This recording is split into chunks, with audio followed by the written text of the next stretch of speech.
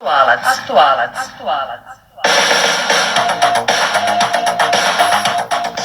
Mateo Pocrnić iz Nove Rače ima 23 godine, a bavi se oldtimer moto utrkama. Nakon što je od oca dobio stari motor, zaljubio se u brzine, a već s prvim natjecanjima ostvario je dobar rezultat, što je bio motiv da ustraje u tom sportu.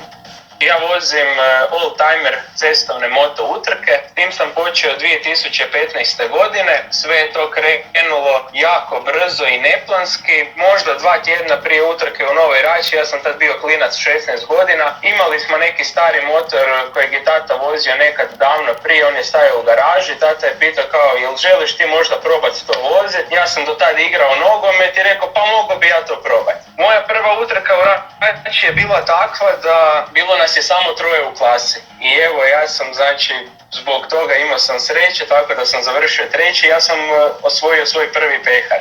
Bio sam uvjerljivo najsporiji na stazi, svi su me prestizali po nekoliko puta i to je bilo je jako loše, ali ja sam zbog tog pehara dobio volju da nastavim sa utrkama. Zlatna kaciga je nagrada koju dodjeljuje Hrvatski moto savez. Ona se dodjeljuje za 3 uzastopna naslova prvaka ili 5 naslova prvaka, ali u prekidima. Ja sam uspio to osvojiti nakon 3 uzastopna.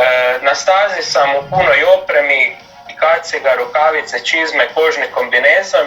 Imam svu moguću zaštitu i siguran sam da su uvjeti na stazi takvi da mi neće nikakva prepreka se dogoditi koja mi se može dogoditi u prometu. Tako da preferiram odlazak na stazu, tamo se ispušem, imam tamo treninge, a izbjegavam vožnju u prometu. Imam 23 godine, završio sam srednju školu u Bjelovaru gimnaziju, nakon toga sam otišao studirati u Zadar, upisao sam nautiku na Pomorskom fakultetu. Evo sad se trenutno nalazim u Turskoj, ukrcao sam se na brod tanker Rava, evo moje putovanje počelo. Želio bih pozdraviti sve članove MCK Nova Rača, želim pozdraviti ljude iz općine, sve svoje sponzore, sve ljude koji su me pratili kroz ove 3 sezone.